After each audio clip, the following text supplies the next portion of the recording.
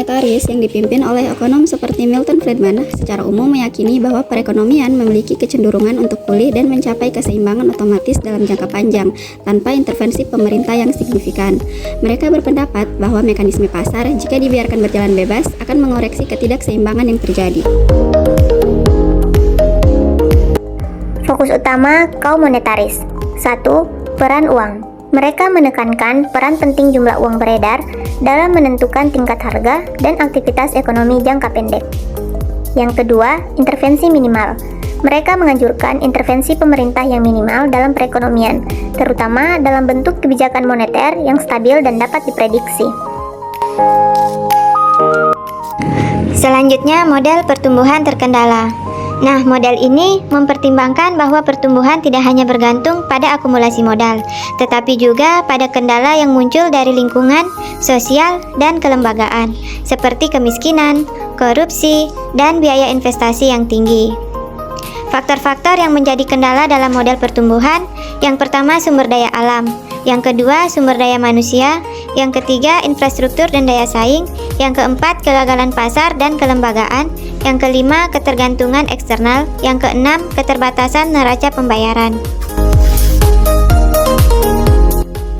Neraca pembayaran Indonesia atau NPI dan pertumbuhan ekonomi dijadikan sebagai indikator kemampuan suatu negara, karena keduanya memberikan gambaran komprehensif mengenai kesehatan ekonomi internal dan posisi eksternal negara tersebut.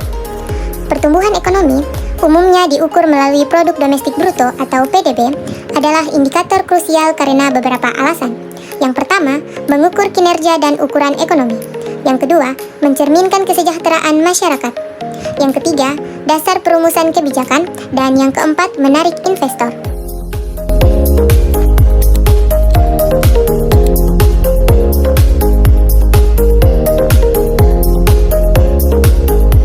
PDB Indonesia tumbuh 5,1%.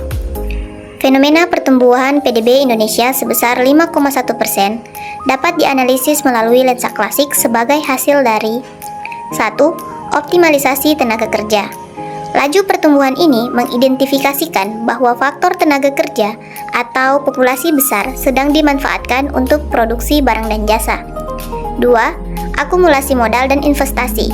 Angka pertumbuhan yang solid menunjukkan adanya investasi domestik dan mungkin yang terus berlangsung, menambah stok modal dan kapasitas produksi nasional. 3. Peran pasar. Dalam kerangka klasik yang menekankan laissez-faire atau campur tangan pemerintah minimal, pertumbuhan ini menyeratkan bahwa mekanisme pasar di Indonesia bekerja cukup efektif dalam mengalokasikan sumber daya untuk mencapai tingkat output tersebut. Konsumsi rumah tangga naik 4,8%. Fenomena kenaikan konsumsi rumah tangga sebesar 4,8% merupakan indikator ekonomi positif yang signifikan, karena konsumsi rumah tangga adalah penopang utama pertumbuhan ekonomi di Indonesia. Pertumbuhan ini mencerminkan peningkatan daya beli masyarakat dan aktivitas ekonomi yang sehat. BI rate naik dari 5,75 sampai 6,75%. Nah, menurut teori klasik, kenaikan BI rate dari 5,75% menjadi 6,75% akan memicu mekanisme penyesuaian otomatis melalui aliran modal dan perubahan harga yang pada akhirnya cenderung menyeimbangkan kembali neraca pembayaran internasional. Rapat Dewan Gubernur Bank Indonesia pada tanggal 18 sampai 19 Maret 2025 memutuskan untuk mempertahankan BI rate sebesar 5,75%, suku bunga deposit facility sebesar 5%, dan suku bunga lending facility sebesar 6,5%. Keputusan ini menjaga perkiraan inflasi 2025 dan 2026 tetap terkendali dalam sasaran 2,5 kurang lebih 1%, mempertahankan stabilitas nilai tukar rupiah dan mendorong pertumbuhan ekonomi. Kenaikan suku bunga akan memengaruhi neraca pembayaran melalui beberapa jalur. Yang pertama, aliran modal masuk. Yang kedua, mekanisme penyesuaian harga. Yang ketiga, keseimbangan otomatis. FDI masuk 15% lebih tinggi. Nah, fenomena ekonomi masuknya forex direct investment atau penanaman modal asing yang meningkat sebesar 15% merupakan indikator positif bagi perekonomian suatu negara, menandakan adanya kepercayaan investor global dan berpotensi memacu pertumbuhan ekonomi yang signifikan. Beberapa poin teori klasik yang relevan terhadap FDI. Yang pertama, akumulasi modal. Yang kedua, pasar bebas dan mekanisme alokasi. Yang ketiga, produktivitas dan kapasitas produksi. Yang keempat, peran minimal pemerintah. Yang kelima, pertumbuhan penduduk dan tenaga kerja.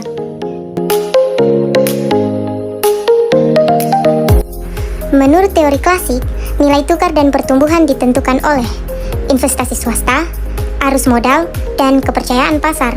Karena itu, pelemahan rupiah ke sekitar 16.300 per US dollar mencerminkan meningkatnya risiko yang mendorong modal keluar dan menurunkan permintaan rupiah. Depresiasi ini membuat impor barang modal lebih mahal sehingga menghambat akumulasi modal. Sementara potensi peningkatan ekspor tidak cukup kuat jika pelemahan berasal dari fundamental ekonomi yang lemah. Ketidakpastian kebijakan juga menaikkan risiko dan menunda investasi swasta. Sehingga dalam jangka panjang, pelemahan rupiah yang bersifat struktural dapat membatasi pembentukan modal dan memperlambat pertumbuhan ekonomi.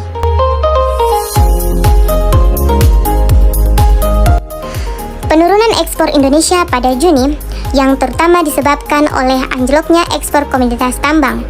Dalam perspektif teori klasik, menunjukkan melemahnya sumber devisa yang penting bagi akumulasi modal dan investasi. Ketika ekspor turun, insentif produksi dan investasi di sektor ekspor ikut melemah, sehingga alokasi modal berkurang dan kapasitas produksi menurun. Dampaknya meluas, karena pendapatan perusahaan dan tenaga kerja sektor ekspor turun, melemahkan konsumsi domestik. Ketidakpastian global dan penurunan harga komoditas juga membuat investor menunda investasi baru, sehingga arus modal, kepercayaan pasar, dan pertumbuhan ekonomi ikut tertekan. Kenaikan impor Indonesia, terutama barang modal dan bahan baku, dapat dijelaskan melalui teori klasik yang menekankan pentingnya akumulasi modal, perdagangan bebas, dan efisiensi alokasi sumber daya. Dalam teori klasik, impor barang modal dan bahan mentah justru dapat memperkuat investasi swasta karena menyediakan mesin, teknologi, dan input yang meningkatkan kapasitas produksi domestik. Jika impor tersebut digunakan secara produktif, maka stok modal meningkat dan pertumbuhan ekonomi terdorong. Namun, impor yang tinggi juga membawa risiko. Misalnya, biaya investasi bertambah, ketergantungan pada kondisi eksternal meningkat, dan jika impor lebih banyak berupa barang konsumsi, kontribusinya terhadap akumulasi modal menjadi kecil. Kenaikan impor modal dapat menjadi sinyal kepercayaan investor, sedangkan kenaikan impor konsumsi belum tentu mencerminkan prospek investasi jangka panjang. Dalam perspektif teori klasik, inflasi yang tinggi seperti kenaikan UMP 6,5% yang berpotensi mendorong inflasi biaya dapat melemahkan daya saing karena harga domestik naik, sehingga ekspor menurun dan tekanan terhadap neraca transaksi berjalan meningkat. Untuk menjaga keseimbangan eksternal, ekonomi membutuhkan arus modal masuk atau NPI agar defisit perdagangan tidak melebar dan kurs tetap stabil. Investor asing bisa tetap masuk jika prospek pertumbuhan baik, namun inflasi yang tinggi meningkatkan resiko dan dapat memicu volatilitas modal. Teori klasik juga melihat bahwa pasar memiliki mekanisme penyesuaian otomatis, di mana kurs dapat melemah sehingga ekspor kembali kompetitif dan impor menurun, membantu menstabilkan neraca pembayaran.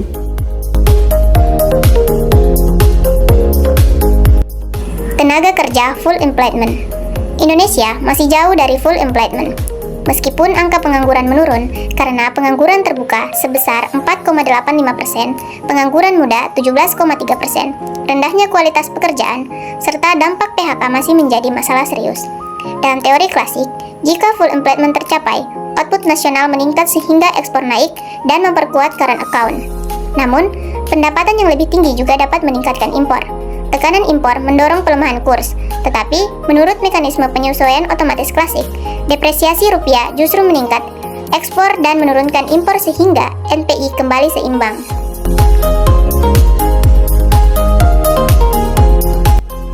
BI memprediksi NPI 2025 tetap sehat dengan CAD 0,5-1% PDB, meski CAD kuartal 2 per 2025 melebar menjadi 3 miliar US dollar akibat pelemahan surplus non-migas dan naiknya defisit pendapat primer.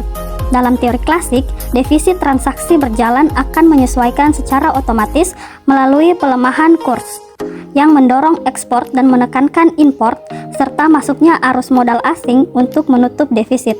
Namun, ketergantungan pada modal asing tetap mengandung resiko jika tercipta outflow dan dapat memengaruhi stabilitas nilai tukar dan perekonomian.